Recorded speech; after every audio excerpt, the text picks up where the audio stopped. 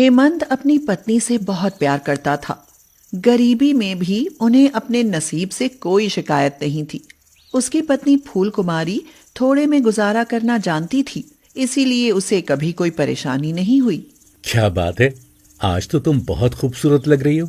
अच्छा, जब ऐसी ही बात है तो आपको मुझे एक तोहफा देना चाहिए। बोलो, क्या दोगे मुझे? ये लो, मैं तुम्हारे लिए गोभी का फूल लाया हूँ। देखो कितना सुंदर फूल है।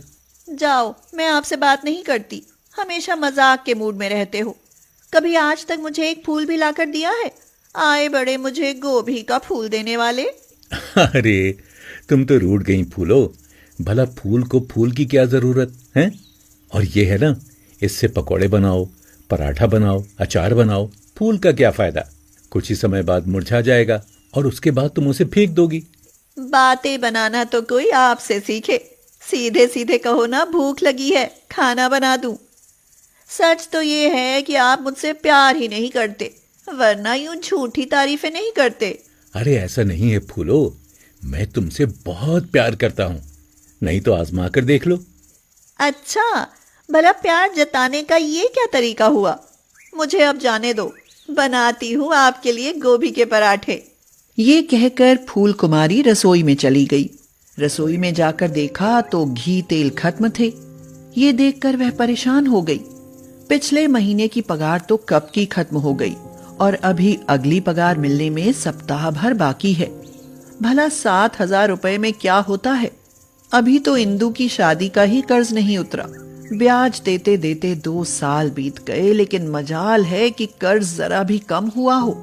कमरे से फूल कुमारी की सास दुर्गा के खांसने की आवाज आई। फूल कुमारी दौड़ी हुई गई और पूछा, अरे क्या हुआ माँ? कुछ भी नहीं हुआ, बस ऐसे ही खांसी उठ रही है। एक घूंट पानी पिला दो, हलक सूखे जा रहा है। ये भगवान को भी मुझसे न जाने क्या बैर है। ना तो ठीक होती हूँ और ना ही मरती हूँ। मुझे ही मौत आ जाए तो कम से कम तुम लोगों का कुछ तो बोझ हल्का हो। अभी पिछले साल तो बाबूजी हमें छोड़कर चले गए और अब आप ऐसी बातें कर रही हैं। अरे ये क्या, आपकी तो दवाइयाँ भी खत्म हो चुकी हैं। मुझे बताया क्यों नहीं? मैं अभी इन्हें भेजकर दवाई मंगाती हूँ। फूल कुमारी ने कह तो दिया, लेकिन उसे पता था कि इस समय हेमंत की जेब खाली है। एक अकेले की जान को कितने झमेले हैं। फूल कुमारी हेमंत के पास आई, लेकिन कुछ बोल नहीं पाई। क्या हुआ फूलो, कुछ परेशान लग रही हो? कैसे कहूँ, घर में घी तेल नहीं है और माँ की दवाइयाँ भी खत्म हो चुकी हैं। आज लाला का पैसा भी देना है। समझ नहीं आ रहा क्या करें। हेमंत भी ये सब सुनकर परेशान हो गया। वह बोला, तुम चिंता मत करो, दवाई मैं उधार ले आता हूँ। पगार मिलने पर चुकता कर दूंगा और फिलहाल बिना घी तेल के काम चला लो। जब से हेमंत ने होश संभाला था, तब से पूरे परिवार की जिम्मेदारी खुद अकेले ही उठाई थी। बहन की शादी, पिता की 13वीं, साल भर से माँ की टीबी की बीमारी का इलाज और सबसे ज्यादा तो लाला के ब्याज ने कमर तोड़ दी।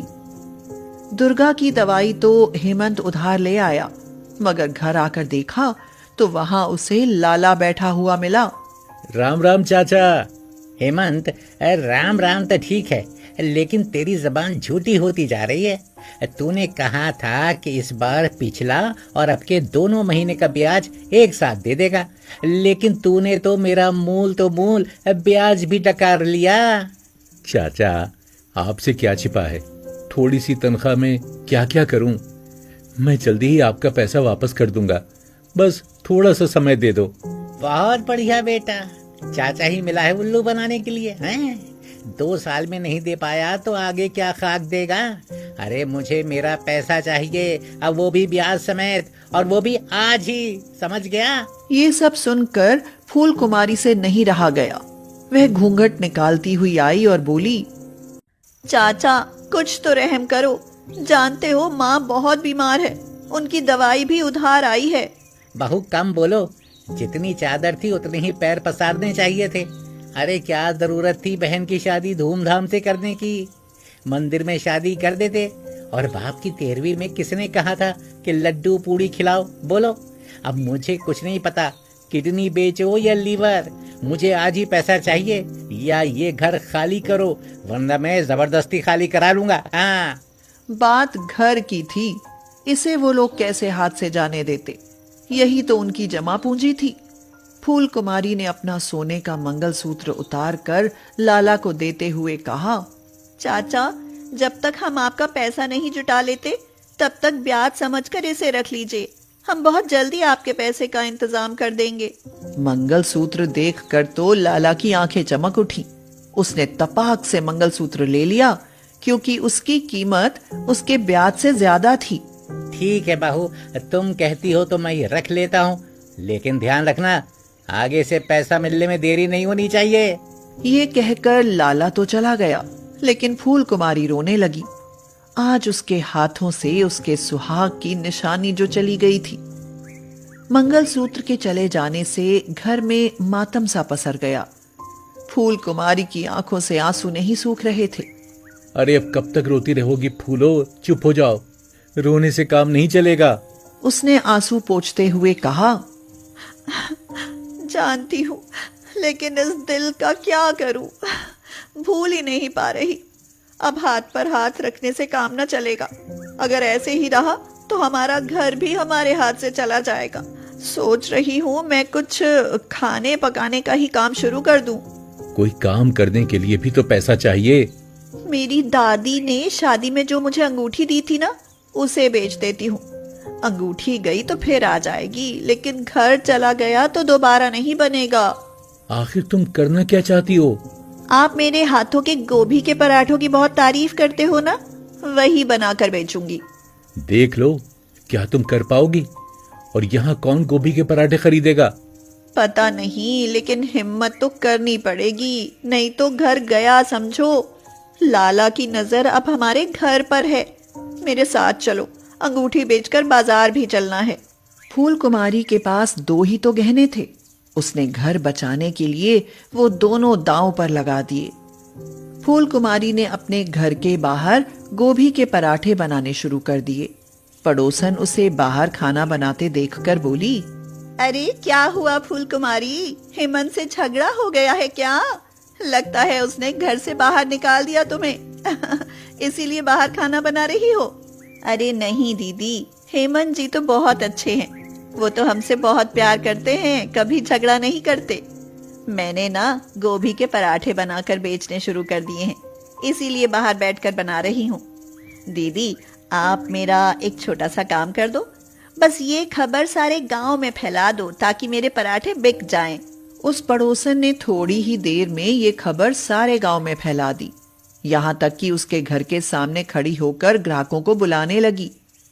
पहले दिन ही उसकी पड़ोसन ने ग्राहकों की भीड़ इकट्ठी कर दी, जिससे फूल कुमारी की खूब बिक्री हुई।